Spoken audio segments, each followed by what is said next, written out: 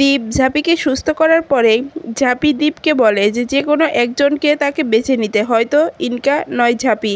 এরপরেই দীপ সবার সামনে ইনকাকে বলে বাড়ি থেকে চলে যেতে, আর ঝাঁপিকেই তার স্ত্রীর মর্যাদা দিতে চায়। হ্যাঁ বন্ধুরা, এমনটাই দেখতে পাবে লক্ষ্মী ঝাঁপি ধারাবাহিকের আজকের এপিসোডে। বিস্তারিত জানতে ভিডিওটি না টেনে সম্পূর্ণ দেখতে থাকুন। ঝাঁপিকে সাপে কাটার পরে দীপ একটা গ্রামের হসপিটালে নিয়ে যাওয়ার পরে সেখানে ঝাঁপিকে চিকিৎসা হয় না, সেখানে ঝাঁপিকে চিকিৎসা করে না। তখনই ওখানকার নার্স বলে যে এখনই তাকে সদর হসপিটালে নিয়ে যেতে হবে।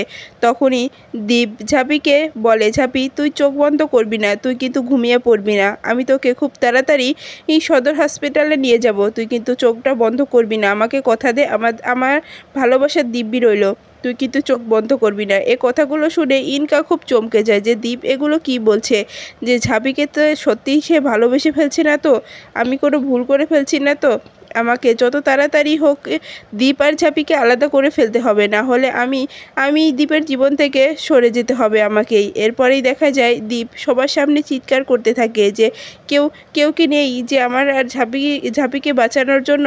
তখনই ইনকা বলে, কি হয়েছে দীপ, তুমি এরকম পাগলামো করছো কেন, এই মেয়েটার জন্য তুমি এমন করছো কেন? তখনই দীপ বলে, তুমি বুঝতে পারছো না ইনকা, আমি ওর জন্য কী কারণে এরকম করছি, ও আমাকে বাঁচাতে গিয়েছিল, যেখানে আমার মারা যাওয়ার কথা ছিল সেখানে আজকে ঝাঁপি মারা যেতে লেগেছে, এজন্য আমার খুব চিন্তা হচ্ছে। এরপরেই দেখা যায় দীপ বাইকের পিছনে ঝাঁপিকে বসিয়ে সে সদর হসপিটালের জন্য রওনা হয়ে যায়। আর এটা দেখে তো ইনকা রেগে কসমস করতে থাকে। ইনকা মনে মনে ভাবে যে দীপ, আমি খুব তাড়াতাড়ি তোমাকে আমার করে নেব, আমি আর এরকম করে ছেড়ে দেব না, কারণ তুমি আস্তে আস্তে ঝাঁপির প্রতি দুর্বল হয়ে পড়ছো। কারণ আমি নিজেই দেখলাম যে ঝাঁপির হয়ে তুমি কতটা উত্তেজিত হয়ে পড়েছো, হয়তো ঝাঁপির বাবা মা কেউই এরকমটা করতো না, শুধু তুমি এরকমটা করেছো, এরকমটা শুধুমাত্র যাকে ভালোবাসা যায় তাকে করা যায়। তাহলে তুমি সত্যি কি ঝাঁপিকে ভালোবেসে ফেলছো, সেটা আমাকে জানতেই হবে। তুমি যদি সত্যিই ঝাঁপিকে ভালোবেসে থাকো তাহলে আমার থেকে খারাপ কেউ হবে না, আমি তোমাকে ঝাঁপির কাছ থেকে ঠিক সরিয়ে নিয়ে আসবো, তোমাকে আমি ঝাঁপির সঙ্গে আর থাকতে দেব না। এরপরেই দেখা যায় রাস্তার মাঝখানে গিয়ে দীপ বারবার ঝাঁপিকে জিজ্ঞাসা করে, ঝাঁপি তুই কিন্তু ঘুমিয়ে পড়িস না, তুই তুই আমার সঙ্গে কথা বল, দেখবি তোর সব ভালো লাগবে, তুই ঘুমিয়ে পড়বি না ঝাঁপি। তো ঝাঁপি চোখ বন্ধ করে না। এটা দেখে দীপও খুব সাহস হয় যে ঠিক ঝাঁপিকে বাঁচাতে পারবো আমি, কারণ ঝাঁপি খুব সাহসী মেয়ে। এগুলো দেখে ঝাঁপিও হাসতে থাকে যে দীপদা আজকে আমার জন্য কতটা ভাবছে, সে আমার জন্য কতটা কষ্ট করছে। আমি খুব খুশি হয়েছি যে দীপদা আমাকে ভালোবেসে এগুলো করছে। দীপদা যতই সবার সামনে বলুক সে আমাকে ভালোবাসে না, কিন্তু ঠিক সে আমাকে মনে মনে আগের মতোই ভালোবাসে।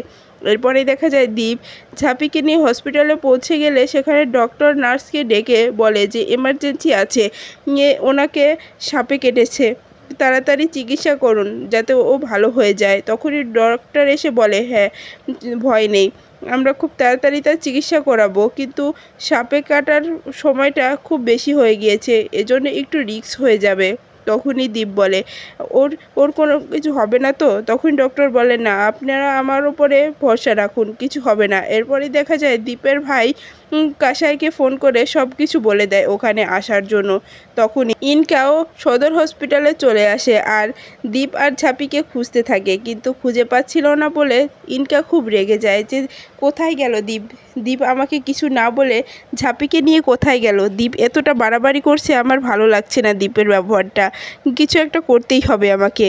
এরপরেই দেখা যায় দীপ ঝাঁপিকে বারবার ডাকতে থাকে যে ঝাঁপি ওঠ, কথা বল, তোর কিছু হতে পারে না, আমি তো আছি, তুই আমার হয়েই ওঠ, চোখটা খোল, তো দীপদা তোকে ডাকছে, তোকে ভালোবাসছে, তুই চোখটা খোল, তুই এভাবে আমাদেরকে ছেড়ে চলে যেতে পারিস না।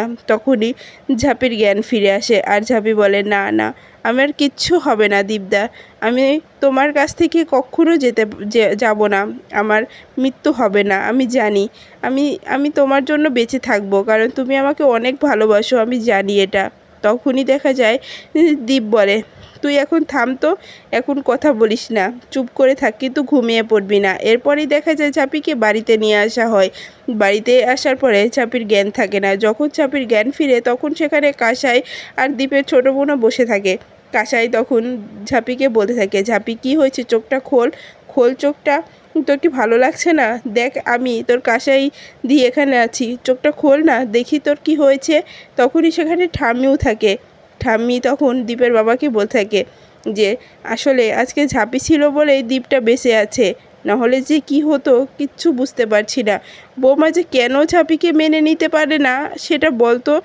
ঝাঁপির মতো একটা বুদ্ধিমতী লক্ষ্মী মেয়ে হয় না, কিন্তু বৌমা যে ঝাঁপিকে কেন মানে না এটাই তো বুঝি না। এরপরে দেখা যায় কাসাই আর দীপের ছোটো বোন বলতে থাকে যে ওঠ না ঝাঁপি, এরকম শুয়ে থাকলে ভালো লাগবে না। আমরা জানি দাদাভাই সব কিছু বলেছে যে তুই দাদাভাইকে সাপের হাত থেকে বাঁচিয়েছিস, তুই দাদাভাইকে জলের থেকে উদ্ধার করেছিস, আসলেই তুই দাদাভাইকে খুব ভালোবাসিস। তখনই দেখা যায় ঝাঁপি বলে আমি সত্যি খুব ভালোবাসি কাসাইদি, আমি দীপদাকে ছাড়া থাকতে পারবো না, সে বিপদে পড়েছে আর আমি যাব না তা কখনো হয় না। তখনই কাসাই বলে তবে নিজের দিকটাও তো একটু দেখতে হবে, তোর কী অবস্থা হয়েছে তুই নিজেকে কখনো দেখেছিস? তখনই ঝাঁপি বলে আমার কিছু হবে না কাসাইদি, আমি ঠিক আছি। এরপরেই দেখা যায় যে দীপাবলির জন্য সারা বাড়ি সাজাতে থাকে ঝাঁপি, আর সেটা দেখে সবাই খুব অবাক হয়ে যায়। তখন দীপের বাবা এসে ঝাঁপিকে বলে ঝাঁপি মা আজকে খুব সুন্দর করে সাজিয়েছিস আর তোকেও খুব সুন্দর লাগছে রে। তখনই সেখানে দীপ চলে আসে আর দীপ ঝাঁপিকে দেখে অবাক দৃষ্টিতে তাকিয়ে থাকে। তখনই ঝাঁপির কাছে এসে বলে ঝাঁপি তোর জ্বর আসেনি তো, দেখি দেখি তোর জ্বর এসেছে কিনা।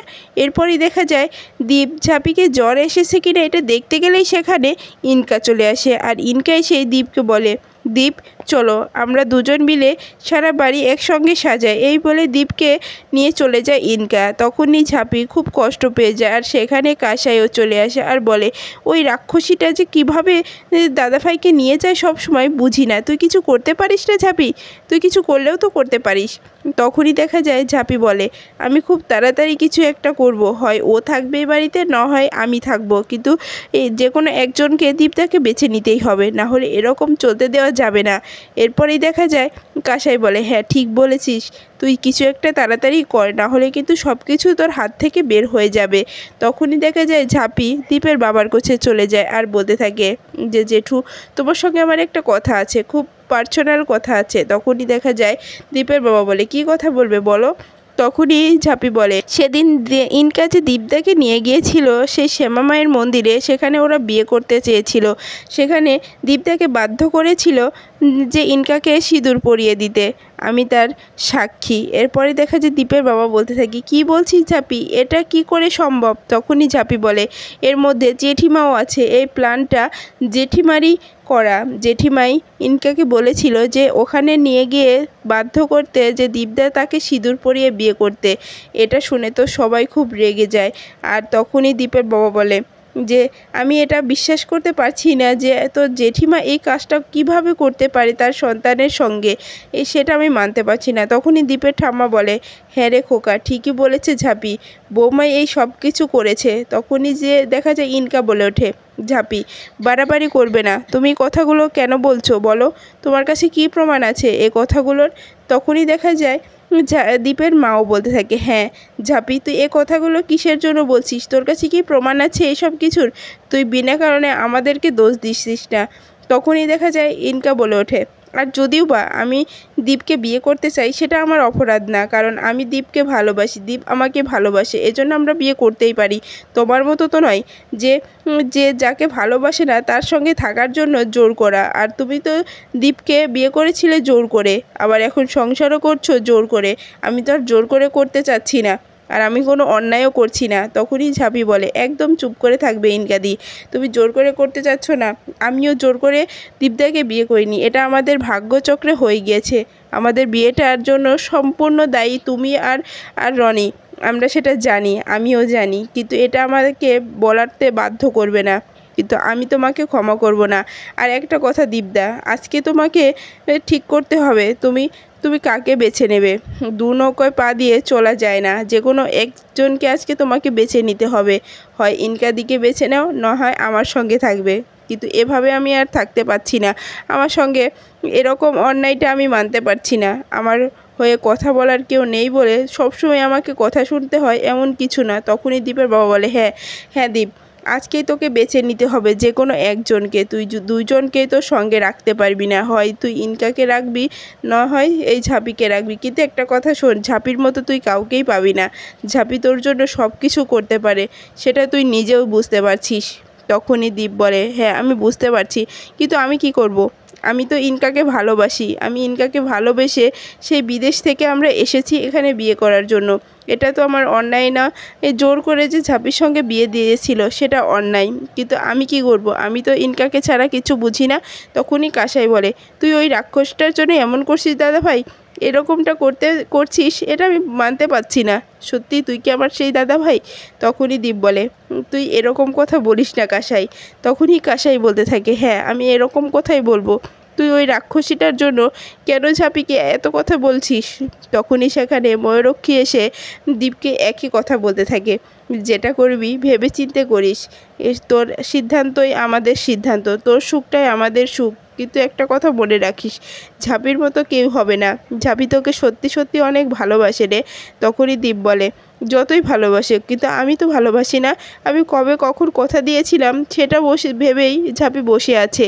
সেটা এখনকার যুগে আর মানে না, কারণ এখনকার যুগটা অন্যরকম। আমি তো ইনকাকে ভালোবাসি।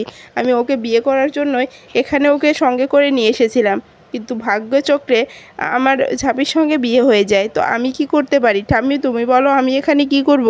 কিন্তু আমার তো সম্পূর্ণ প্ল্যান ছিল আমি ইনকার সঙ্গে সংসার করব, ইনকাকে আমার পার্টনার বানাবো, কিন্তু আমি সেটা করতে পারিনি।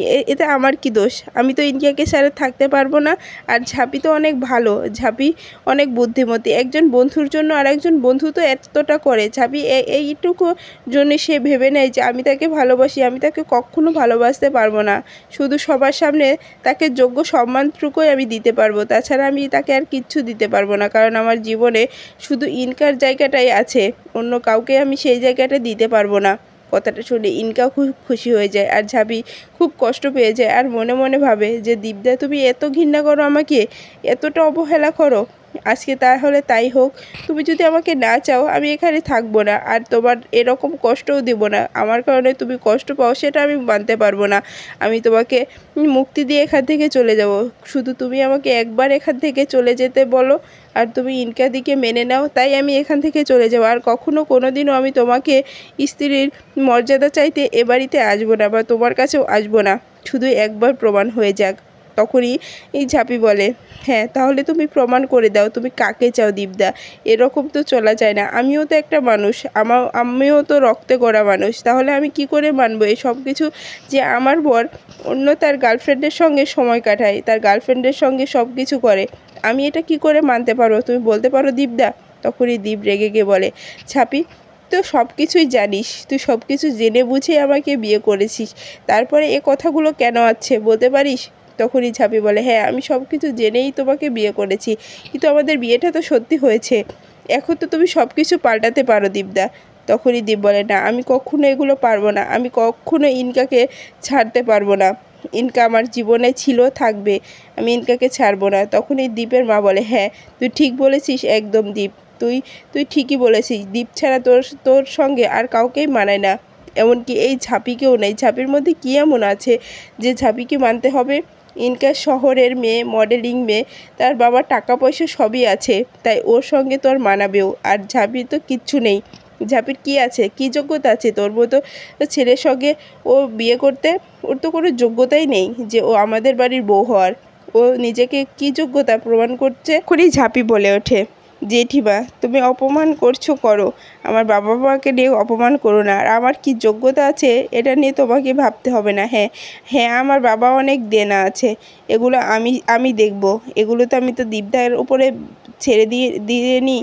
আমি নিজে ব্যবসা করছি, বিজনেস করছি, সেখান থেকে আমি সেই দিনা শোধ হয়ে যাব। কিন্তু দীপদাকে আজকে মানতেই হবে। দীপদা কার সঙ্গে থাকবে, ইনকাদির সঙ্গে না আমার সঙ্গে? তখনই দীপ সিদ্ধান্ত নেয় যে সবার মুখের হাসি খুশি রাখার জন্য তাকে ঝাঁপিকেই মেনে নিতে হবে। এরপরে দীপ ইনকার কাছে গিয়ে বলে, ইনকা তুমি আমাকে ক্ষমা করে দিও, তুমি এখন এখান থেকে চলে যাও। আমাকে ঝাঁপির সঙ্গেই থাকতে দাও। কথাটা শুনে ইনকা খুব কষ্ট পেয়ে যায়। হ্যাঁ বন্ধুরা, এই ছিল আজকের আপডেট। ভিডিওটি কেমন লাগলো কমেন্টস করে জানাতে ভুলবেন না। পরবর্তী আপডেট পেতে চাইলে চ্যানেলটি সাবস্ক্রাইব করে পাশে থাকা বেল বাটনটি অন করে রাখুন। ধন্যবাদ।